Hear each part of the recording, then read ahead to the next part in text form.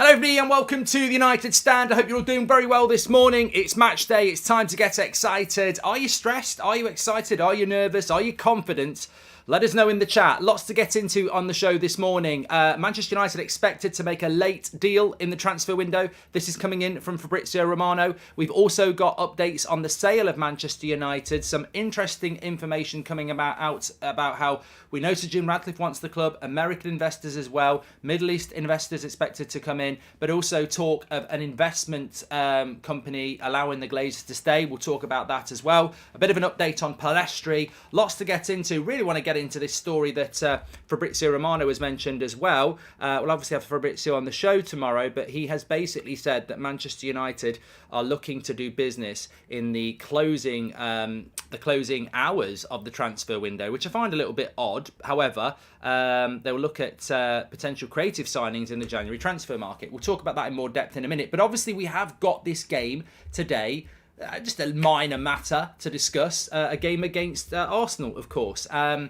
There is some updates on that. I want to give you those early because obviously we'll be doing the watch along later and I can't wait for Manchester United. Good point from Imperial. Why would Manchester United be doing deals in the last hours when we've got 10 days to go? Good, we'll talk about that.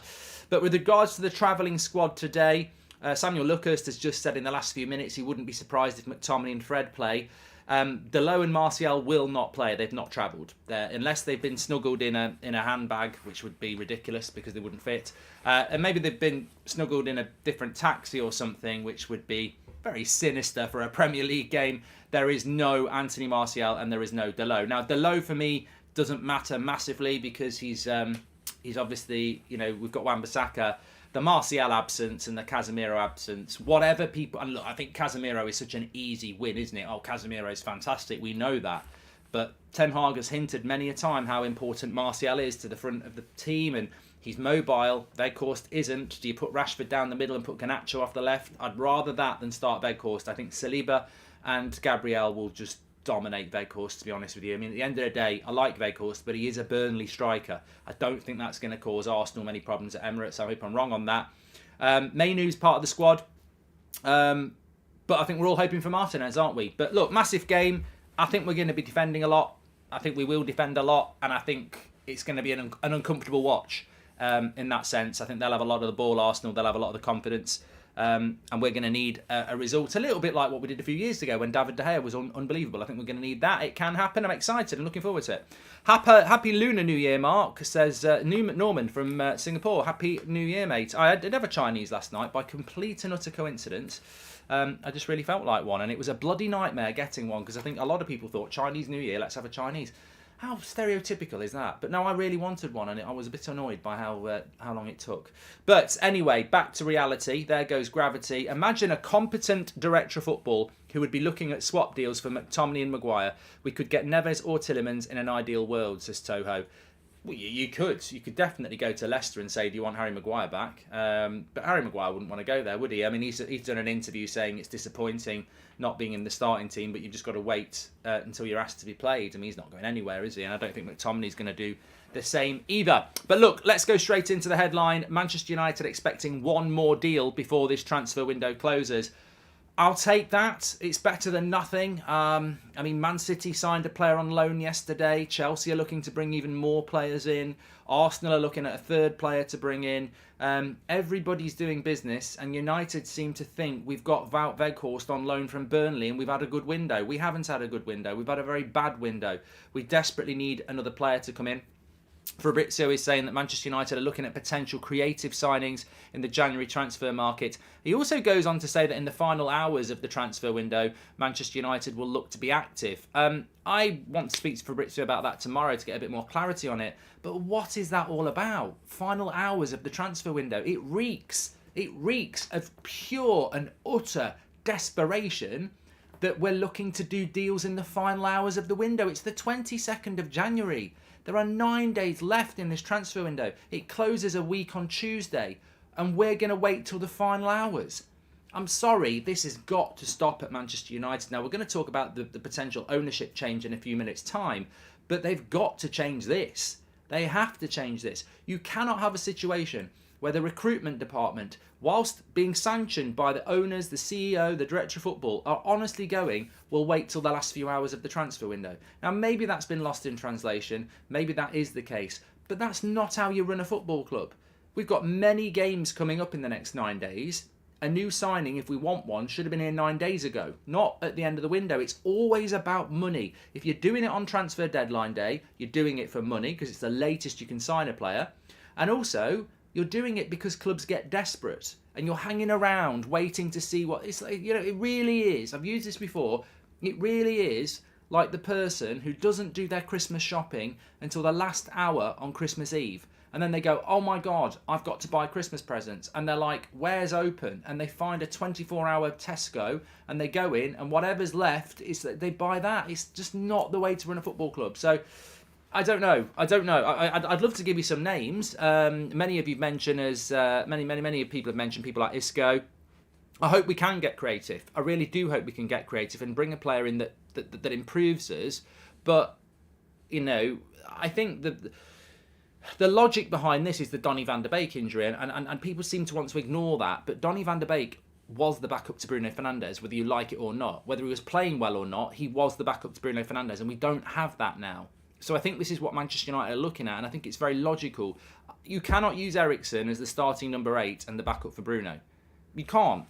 You just can't do it. It's physically impossible for Eriksen to be the starting number 8 and the understudy for Bruno, because you're asking him to do 2 roles, really, and that's just not going to work. And as we've seen with Eriksen, it's funny, I play my FIFA career mode. After 60 minutes, Eriksen has to get subbed, even on FIFA, because his stamina's not that good. I think in real life, they probably picked up on that. He very rarely, after 60 minutes, goes up a level. You know, some players can. Rashford can be quiet for 20, you know, for 80 minutes and go up in the last 10 minutes. But Eriksen's not that type of player, so we definitely need to bring somebody in long term, but certainly short term as well. Did you see De Gea's comments on Sir Alex versus Wenger? Love that guy, says Daniel. I did, but I've sort of moved. I've grown up from that sort of thing. So basically, De Gea was saying that we had one of the greatest managers against that Arsenal manager, and I'm like, it's great. You know, it'll win you a lot of friends on social media, and it doesn't matter whether it's De Gea, Rashford, Harry Maguire. For me, it's a little bit like put it in an episode of Shoot magazine. It doesn't mean anything in the context of where we are. I mean, you know, Sir Alex Ferguson was the greatest manager ever, but to be fair to Arsene Wenger, that's the best rivalry we've ever seen in the Premier League. He was a very good manager, and how does that help us today? You know, a little bit of, there's no win in that. There's no win in taking a dig at Arsenal. There isn't one. And I love De Gea, but there isn't really any. You know, I mean, it made me smile when I saw it, but in the context of waking up today ready to play Arsenal, I'm not like, oh, that's going to help us. It's just a comment, you know, and some players do that, and you know, I think they do it because they believe that, and you know, maybe they are doing it for a little bit of a wind up. I don't know, but for me, it's game day today. Like I'm fully aware of who Arsenal are. I'm fully aware they're better than us. I'm fully aware that they're huge favourites today, and I'm fully aware that my faith is in Erik ten Hag, because I think if you go to this game with Ole Gunnar Solskjaer, Jose Mourinho, Louis van Gaal, we lose this game. And I think the only chance we've got of winning this game is Erik ten Hag, and I believe he can do it. I don't know how he's going to do it, but I just think he's proven already this season that in situations where you'd normally lose, like when Man City score, you think it's over, and then the next thing you know, Manchester is red. So, you know, I've got full faith in him, and I'm very excited about it. I'm not going to predict anything ridiculous. I've gone with a 1-1 draw, but I think it's going to be a fascinating game about where we are. It's a fascinating game for Arsenal fans and where they are, but I don't really care about that. This is a big game for us and where we are, because I was doing the Talk Sports show last night, and thank you everyone who tuned in, and somebody said, have Man United got another Brentford in them, where you go away from home, you get absolutely smashed? And I don't think if I said to you now, we've definitely not got another Brentford in us, you'd all agree with me. So it's a big statement of where we are. We knew that with Man City last week, and we did a good job. This is a different game. This is an away game, and we've had a few beatings away from home in the last few years. And I'd like us just to go there and, you know, be solid. If we can get a point or if we can nick a win, brilliant. But I want us to go there and just show that progress. I mean, I don't know why people aren't talking about this enough. We mentioned it against Man City. We just wanted to see genuine progress after a run of good results, and we beat them. I want to see that today. An away game against top of the league, the best team in the league at the moment. I want to see genuine progress, that at the end of the game we can go, we're definitely improving. Hi, Mark. A lot of other players Rangnick looked at have done well and got big moves. Hadira of Leipzig is one that still hasn't got a move. What would you think of a move for him in the summer? It's a shame. He's an interesting player that it's gone very, very quiet on. But look, there are players out there. Charlie says he's hungover. I feel awful. However, massive game on United. Got plenty of time to sober up, Charlie. Plenty of time. So look, we are expecting a Manchester United signing in the next few days and potentially in the last few hours of the window, according to Fabrizio. Now, we've got Fabrizio on the show tomorrow, so we'll be able to dig deep into what he meant by that and potential options for Manchester United. But it's a bit of encouragement. I mean, not that you need it on a day like today, but it is a bit of encouragement because we do need to bring players in. And you know what? I feel the same. I look around and I see so many clubs doing business and I'm like, I know we're about to be bought, but there are some worrying stuff coming out about that. Let's just move on to that, actually. This is coming from Sam Wallace in The Telegraph. Good journalist, not Man United correspondent, but just generally a good journalist. He says the current sales situation can be summarised as Sir Jim Ratcliffe and the petrochemical giant Ineos versus various US consortiums currently. Now, to explain this to you, this is because the way I understand it, there are a couple of stages here. The final bids will go in mid-February. But to sort of express your interest in putting in a bid, you need access to United's books and everything like that. So you've got to express an interest publicly to do that. So Jim Ratcliffe's done it. There's a few American companies that have done it apparently. So that is how that information is out there. Nobody's actually bid yet. The expectation is that, and this is just also from the same journalist, the Rain Group, who are in charge of the sale of Manchester United or the investment into Manchester United, believe that a Middle East sovereign wealth fund will come to the table at some point.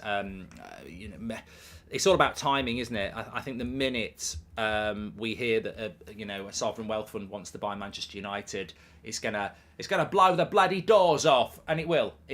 Whether I know some fans don't want it, I know some fans do it, but if you get a sovereign wealth fund wanting to buy Manchester United, Sir Jim Ratcliffe, the class of '92, anybody who's trying to buy Man United for the right reasons will be swamped and swallowed up by the hype of a sovereign wealth fund wanting to buy Manchester United, and that's when we'll see a lot of vocality, I think, in the fan base. But look, that's probably to come. There was a bit of a story this morning I wanted to just really just cut it short straight away. It was in the Daily Mail.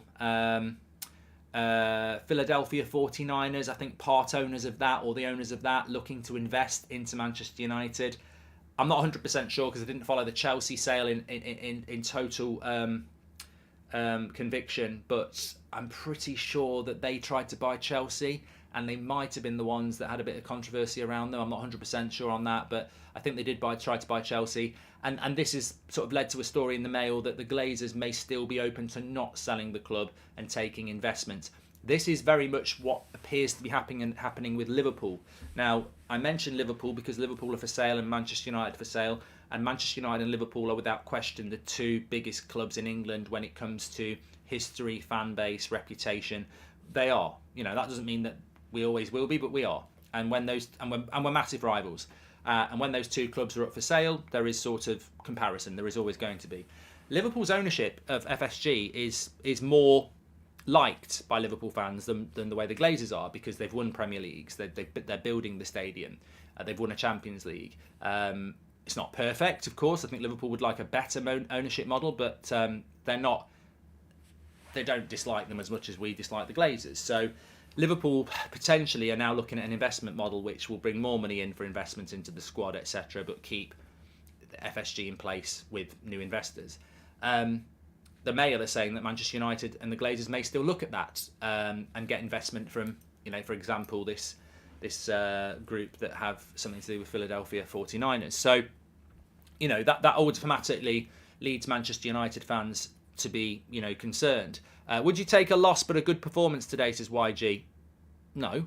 I think if we lose and we put in a good performance, then, we'll react to it when it happens. But no, I'm not going to take a loss before the game. I think we can do. But look, so realistically, I don't for 1 minute think that United and the Glazers are going to get investors in. Now, I don't have anything to do. I mean, we're happy to support it and have conversations with those people. They do their own thing, respect to that. But these Manchester United groups that protest and, you know, are against the Glazers, and we all support that. I don't need to say that, you know, we won't allow it to happen, but Manchester United fans collectively, and however you want to identify that, but United fans collectively will not allow the Glazers to stay with investment. It just won't be allowed. So, looking smart today, Mark says, Speedy, thanks, pal. They won't. The Glazers may well have ideas of getting investment in and staying in charge, but they won't get away with it. I think the next step for Manchester United, if the Glazers stay with investment, will be just all out carnage in whatever form you think. I just think there was already a lot of anger and frustration that's been building since the Super League towards the Glazers. Their time is up. I don't sense in any shape or form with any United fan there is any hint of a second chance that the Glazers could stay with investment. I don't think there is. I just don't think there is. And of course, if the Glazers stay with investment, then you're going to keep Richard Arnold. You're going to keep the recruitment. You're going to keep John Murtagh. There's just so much wrong with that football club from top to bottom that the Glazers staying with investment, I just think is completely and utterly unpalatable for any Manchester United fan. It would lead to carnage afterwards. Whoever invested would get absolutely bombarded. I don't think they know what it's going to be like, but TeamViewer could give them an idea. It would be a massive mistake. And also, the Glazers are probably about to get £2 or £3 billion worth more than what Man United's worth. I think the sale's going to happen. You've already got people trying to buy the club. I just don't see an investment. I know it's a bit scaremongering, and I know people keep mentioning it, but I just don't think it makes any sense for Manchester United now anymore. The news about the Glazers and Josh Harris and David Blitzer sounds bloody awful. They have a stake in Crystal Palace. I'm hoping it's a ploy to get bids, says SK. I can't give you any guarantees about this, but I genuinely do not think that the Glazers are staying with investment. I know for a fact they've been looking at that for a considerable amount of time. They weren't looking to sell. They were looking for investors, and they couldn't find anything. So I don't see it happening. And I would advise anybody who's thinking about investing in Man United and keeping the Glazers, you save your money, because that's going to be an absolute mistake. And that's all I'm going to say. It will be a huge mistake to invest in Man United and keep with the Glazers. You've been warned, you know. Take that warning however you want, but you know, just I'm telling you, it will be a massive mistake. The amount of crap you will get for being the people responsible for keeping the Glazers at the club, it will be an absolute mess. So I wouldn't go anywhere near it. I think you either buy Manchester United or you can't afford to buy Manchester United, but you don't put money into the club to prop up the Glazers, and that's what you are. If you are an investor that keeps the Glazers in, you are a facilitator of the Glazers.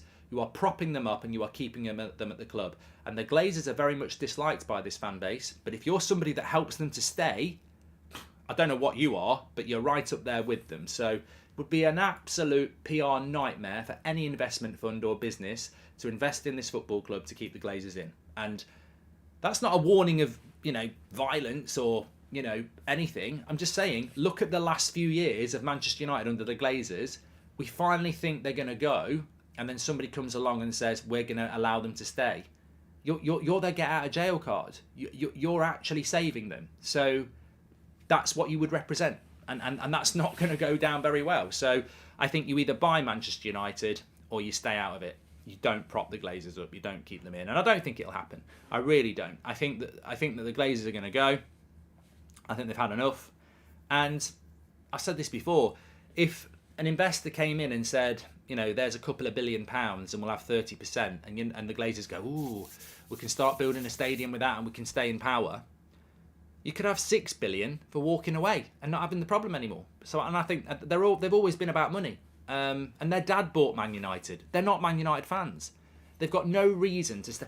They're not Man United fans. They're not like, we desperately want to stay because we love Manchester United. They're just money men and women, and because, you know, it's the kids of the Glazer who bought us, isn't it? So I think they're going to go. I'm not worried about this investment talk.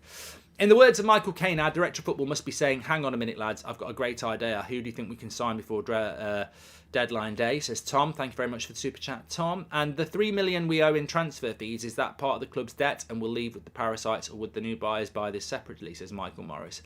Good question. If you're interested in that sort of thing, Manchester United are currently about £500 million in debt, and we always have been. This was to do with how the Glazers bought the club.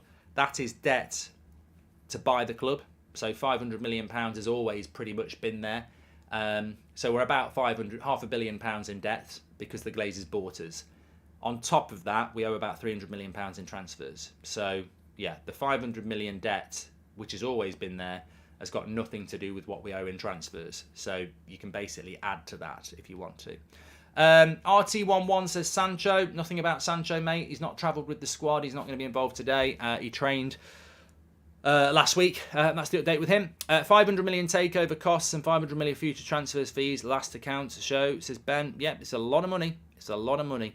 And, you know, that's what I mean. Even if somebody invested...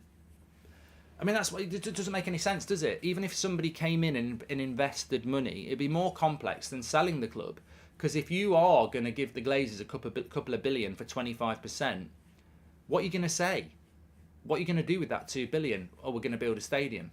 But what about the money you owe on debt? And what about the debt the club's in?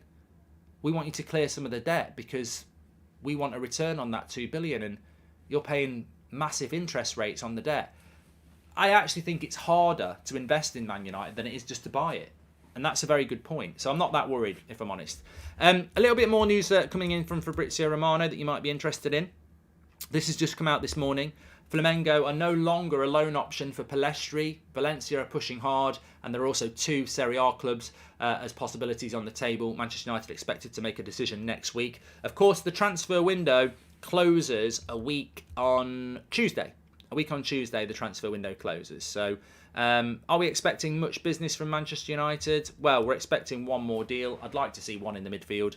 Hi, Mark. Love your channel to every morning drive to work. Keep up, by the way. Loaning Camavinga possible, says Bill. I mean, anything's possible in football. I mean, we're constantly surprised by things. I think the big deal in the last 10 days will be Caicedo to Chelsea, if I'm absolutely honest. I might be wrong on that, but I'm expecting that. Still can't believe how it was allowed for the Glazers to buy United in debt, says Alvaro. Disgusting, really. But look, I hope Palestri ends up staying. Maybe that will happen. I mentioned yesterday it's looking more and more likely that Alanga's going to stay, which, you know, I've always been a big fan of Alanga, but it does make me feel a bit sick because you know, at some point Alanga's going to come on and score. And then we're all going to go, oh, we knew there was a player there. But how many times has he come on the pitch in the last 6 months and done nothing? The law of probability says he's going to come on and score at some point. He's just not ready. He's just not ready. He doesn't offer anything. He needs to be out on loan like Ahmad, developing. And we're being forced into keeping a player. We're exactly where we were a year ago with Alanga. Ranić had to use him because, you know, Cavani was injured. Martial wasn't here. Rashford had injury problems.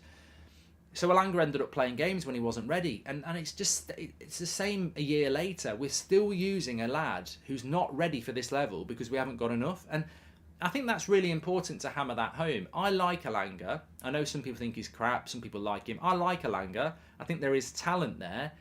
But you're never going to develop that talent when you're over-promoting him. If we were using Ahmad or Mejbri or Laird in the United team now, they'd be like Alanga. But they're not. They're out on loan, developing at a level where they can develop, build confidence, get bigger, grow stronger, and they'll come back and be more ready than Alanga is for staying. It reflects where Man United are, because a year ago, Ranić had nothing else. They wouldn't buy him any players that he needed, so he had to use Alanga. A year later, Alanga is still being used by Ten Hag because he can't let him go because he's hardly got any options. And they won't give him anybody. So a year later, nothing has changed with that situation. We are still over-promoting a lad who's not good enough at this level because the club will not allow us to grow in the way that I think we should be growing. We get in level half-time. Rashford will hurt them second half. They're a very good first-half team, but tie second half and our counter-attack will work, says Robert. I like the positivity, Robert. I really, really do. I really, really do. Come on, United, says RT11. Mark, who would you want to get in the last deal, considering the practicality of how well we function in the transfer negotiations to Chirag?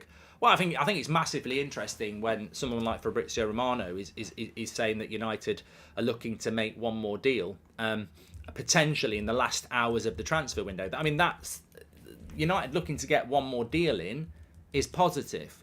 United looking to get one more deal in the last hours of the transfer window, which is 9 days away, is concerning, because I'm like, why are we looking to do business in the last hours? It's really bargain basement desperation time, isn't it? Admittedly, the closer you get to the last day of the transfer window, more and more clubs will start to put opportunities out there. And there is another side to the coin. On the last day of the transfer window, I will be fair here, this is true. On the last day of the transfer window, deals that aren't available now will come up. And maybe that's what Man United are doing. Maybe they're going, look, we can't afford anybody, but if something good comes up on the last day of the transfer window, we'll do it. And we are specifically in the loan market. So there are chances on the last day of the transfer window that maybe aren't there now. But why are we doing that in the first place? Why are Manchester United, a club that's going places and progressing under a really good manager, why are we waiting for the last day of the window for a bargain? It just shows you the position we're in, a very weak one. But you know what? Who knows what? I'm absolutely convinced that there's a deal there. That you know, is a Gravenberch possible? I mean, that would be a dream, but there might be a really decent deal there. But if we're looking for an attacking midfielder, it's not going to be Gravenberch, is it? Daily Express is saying Vlahovic wants to play for Ten Hag, with Juventus wanting 70 to 80 million pounds. Well, it's not one for today. It's not. I mean, Tom, as I said yesterday, Harry Kane, Osimhen, Vlahovic, Olmo. I mean, to be honest, we'll discuss it if it's in the news. Of course, it's a news show. But what is the relevancy of talking about the summer transfer window in January?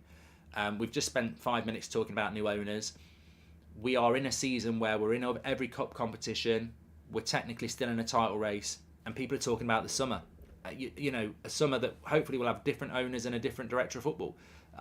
I don't see the relevancy of talking about summer transfer windows when it's January and we've got something right in front of us today against Arsenal. Did you see the story this morning about Vlahovic wanting to play for Ten Hag? Loan with option to buy would be amazing. 2 UA players this window would almost guarantee top 4, says Paul. I would love that. I would love that. I mean, I prefer Osimhen, but Vlahovic would be a very Manchester United type of signing. I don't see Juventus doing a loan deal for that. You know, then I don't think they're in that much trouble that they need to move on. But is Vlahovic not injured anyway? I'm pretty sure Vlahovic is injured. Let me just double check that. Vlahovic, I think he's injured, you know. Pretty sure he is. I might be wrong on that, but let me just double check. I'm sure Fabrizio said last week he was injured.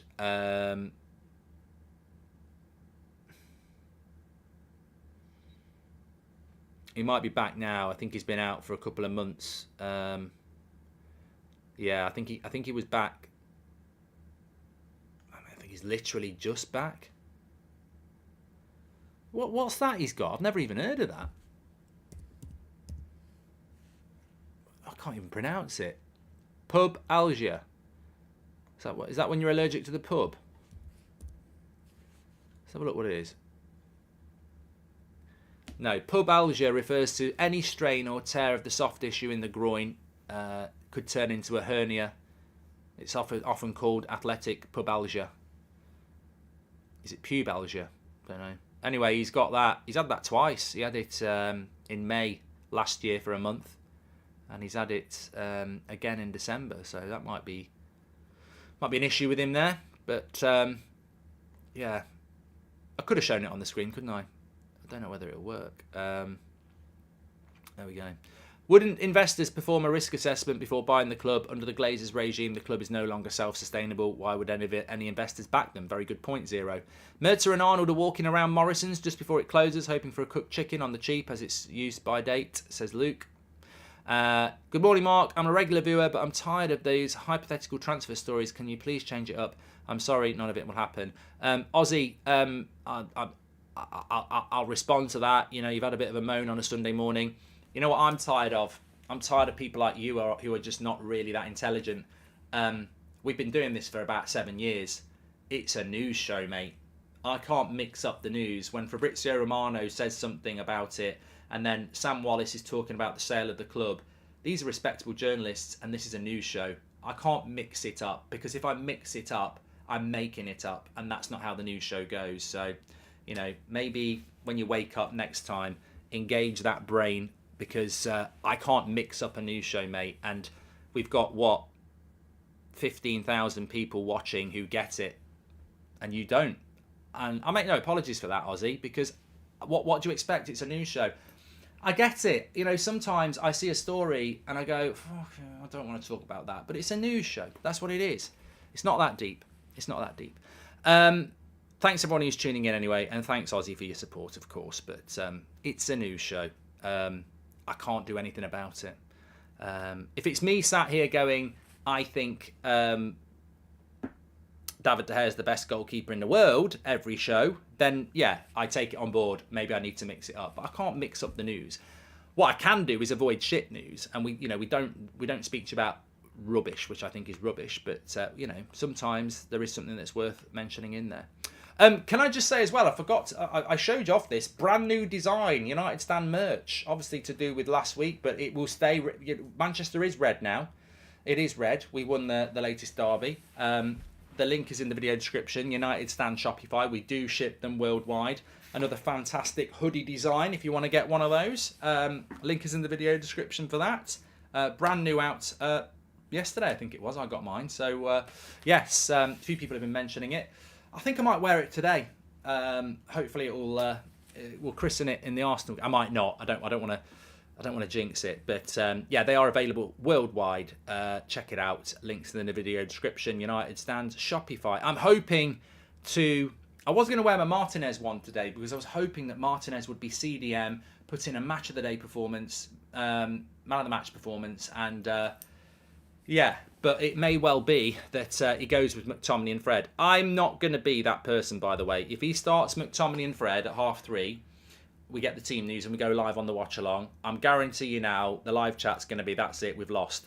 McTominay has had the odd good game. My concern with McTominay, if he starts, is he's been crap since. I can't remember the last time he played well. Probably September when he was keeping Casemiro out of the team. He was rubbish when we went to Spain on tour. You know, when the World Cup was on, and he's hardly played since. So he actually isn't really match fit or match sharp, is he? That's my concern about McTominay. I just don't think he's played so little football for 2 months that like I say, the last time we played Arsenal, McTominay played, and he was playing quite a lot, and Casemiro was on the bench. He hasn't regularly played for United for about 2 or 3 months, and he's not been very good. So throwing him into a game like this against a peak Arsenal side, I think you've got to play sharp players. I think it makes more sense to put Martinez in the midfield, who's playing regularly, than it does to throw McTominay in, who's not played. But we'll see. I'm excited to see what he does. Adam's gifted a United Stand membership. Thank you very much to that. Look, I'm really excited about this game. I hope you are as well. We will be live at 3:30 with the team news right the way through till kick-off at 4:30, and then right the way through till full-time. Then we'll have a match reaction. Then we'll be in the studio. Loads to get involved in. Very excited. Fascinated. I'm not nervous yet. I'm fascinated by this game. Can't wait. No Martial. No Casemiro. No Delo. We know that for a fact. But score prediction for me is 1-1. I've done my preview. You can check it out on the homepage. Positive that we're looking to bring another player in. Negative that we might be waiting until the last few hours of the window. God knows what we get. We'll have to wait and see. Maybe we've got something up our sleeve. To be honest, I think the only thing up John Murtaugh's sleeve is a tissue to blow his nose. But, you know, you never know. You never know. Thanks, everyone, for watching. Take care. I'll speak to you a little bit later. It's going to be a cracker. United Stand watch along. Get ready for it. I'll speak to you all in a bit. And don't forget, if you want to get one of these, links in the description. We do ship them worldwide, or go to United Stand Shopify. Thank you very much.